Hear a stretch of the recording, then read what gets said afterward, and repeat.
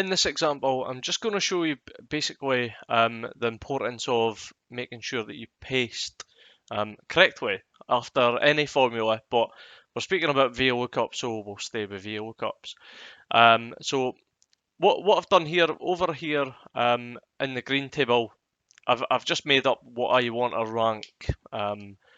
Number one being the best game in this list to the worst game, for example. Now, yeah, Fortnite 2 doesn't exist, but it's an example.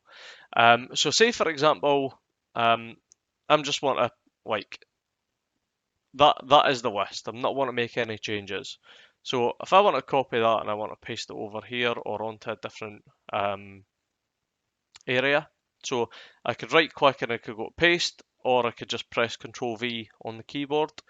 And then you're probably wondering, like, where's the information? Like, why is it displayed the way it is? Why is it saying NA? Now, it's because we're actually copying the formula itself. We're not copying the information that's been returned after the VLOOKUP.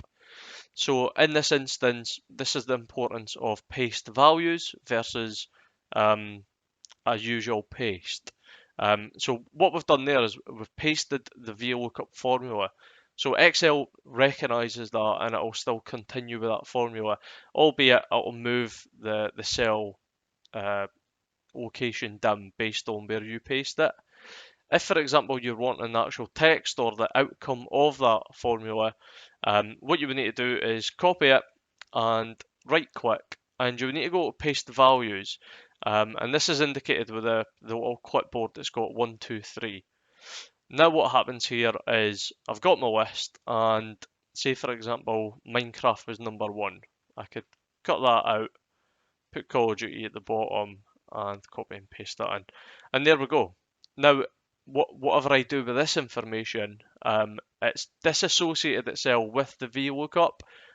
So no matter where I paste any of that information, it'll basically be like the actual text that you see visually on the screen. The formula is no longer required. Please like, share and subscribe.